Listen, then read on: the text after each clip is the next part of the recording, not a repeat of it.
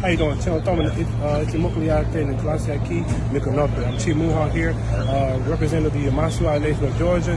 I'm accompanied by my brother Light and Arrow, and we're here just to show support and solidarity with our sponsors, Special Fry, and a lot of other black people who are in office, representatives and senators.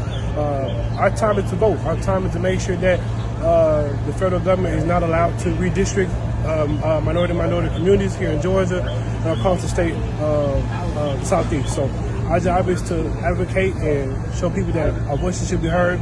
It's important that we hear, we listen, and that we come in unity, because our job is to make sure that laws, acts, amendments, anything that affects our people within the city of Atlanta, Georgia, across the Bible Belt, that we can have proper representation. And us advocating for ourselves, advocating for other people who are going through things like this, show solidarity amongst each other, black indigenous, and black Americans, etc. So we're all here to support each other. Thank you for asking these questions. And where you come from? Like, who are you? So people can learn about you. Absolutely, we are descendants of the Yamasee Wale people here in Georgia. I'm sorry. Absolutely. So the Yamasee and Wale people are one of the first contact tribes here in Georgia. We are indigenous Americans. A lot of them trace our ancestry. Where can they find you guys at? You can find us at first Yamasee, YAMASSEE-GUALE.org. That's our website. You can we're gonna have our history. Yeah, if somebody want to contact and learn more, You have an email on there. We have a lot of updated. Is there a number they can contact as well? No number. Okay, but just via email is on there. They can contact us. Okay. And on there we have our link websites and our link social media platform, Instagram and YouTube, Facebook. And how many of you tribes? Is it a tribe? What is it? Yeah, how many of you guys are out here? Like, I want to know. Out here, or in total, or here? Yeah, in total. Oh, so here we have about 4 or 5 of us showing up to represent. But in general, in the world. In the world, it's an undisclosed number. So right now we have 8 families, active families, but we have more distant families who are active or inactive that belong to our people as well. God bless you. And then one more question. If there's one change that you want to see, if there's any bill that you want to come up or approve, what bill do you want to see get approved also for your... Absolutely. I'm glad you said that. So right now, we're fighting for state recognition here in the state of Georgia, going up the uphills and battles of proving legitimacy, historicity, connection, whatever the case may be. But we're proposed to have a bill, sponsor a bill next year in 2027. We're hoping that the state of Georgia and any of the constituents can pass our bill, because our history is Georgia history. So we want to know, let the citizens of Georgia know this is Georgia history. And it's important that we honor the descendants of Georgia history and the descendants of this indigenous people by not keeping treaties, by not keeping acts and bills. So we just here to show support. And also, after the video, I give you a card. I will post this for everybody to see. And it's at no cost. And I think you guys are like the real people on this planet right now. And it's like, for some reason, they don't want to really highlight the truth about the authenticity about our community, who the real people of God, the chosen one, the real chosen one. You don't see them in the street walking around. And then one more question is rank. I know you have ancestors. What rank do you guys fall on? What generation? The third, the first? Are you the first generation to break?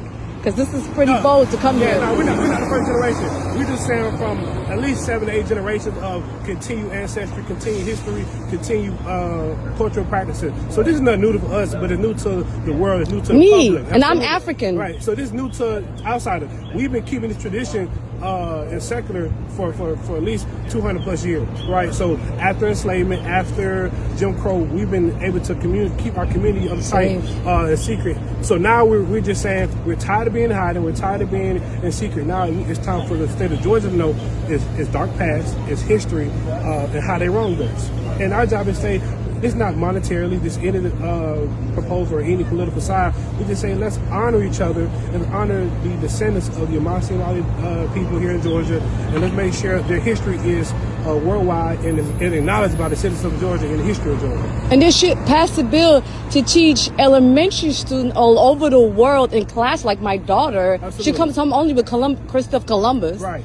And I'm like, what do you learn? Well, this is what we learned. And just the Thanksgiving, and I'm like, there's more history. Absolutely. We have to push the agenda, and I will help you guys, because they act like it's only Christopher Columbus on Earth It's not. and nothing else. And you guys just came out of nowhere. I was like, where did they come from? I'm acting white right now because I'm shocked. But we need to learn who we really are, and they're not telling us. They're not going to tell you this, and this is why our job is to advocate in front of everybody and to make it more known, more public. Because our culture, our history, our heritage is private, is more secluded. So my job as a chief, as a younger chief of the state of Georgia, is to get a history out, to get a culture out, and be more seen, more acknowledged. That's the only way we're going to break the curses that people say, break the stereotypes, and have the world acknowledges who we are. And we have a mixed ancestry, so we acknowledge all admixture I can as see well. your face and your hair. And You feel what I'm saying? one more last question: who? You don't have to give me a name. Is who molded you?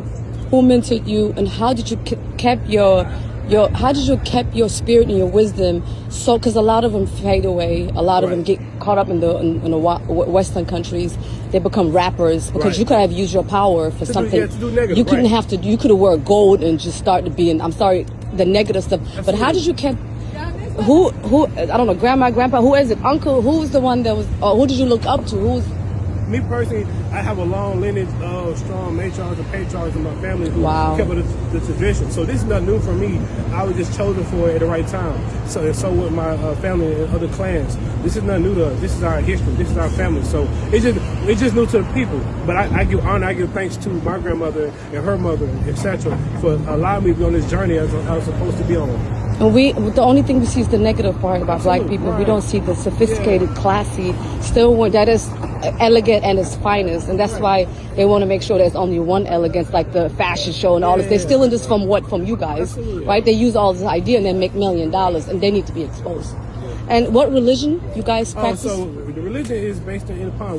We have an indigenous religion that we have spiritual practice. Yeah, we don't know that. But and that's private. You know what I'm saying? Exactly. A lot of us practice modern Christianity, Catholicism, which is we respect that. Exactly. So we acknowledge all aspects of historicity and different nuances of religion.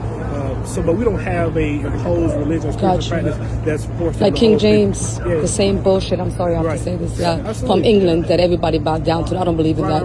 White. I'm washed up. I'm an Orthodox Catholic, from of course Egypt and East Africa, and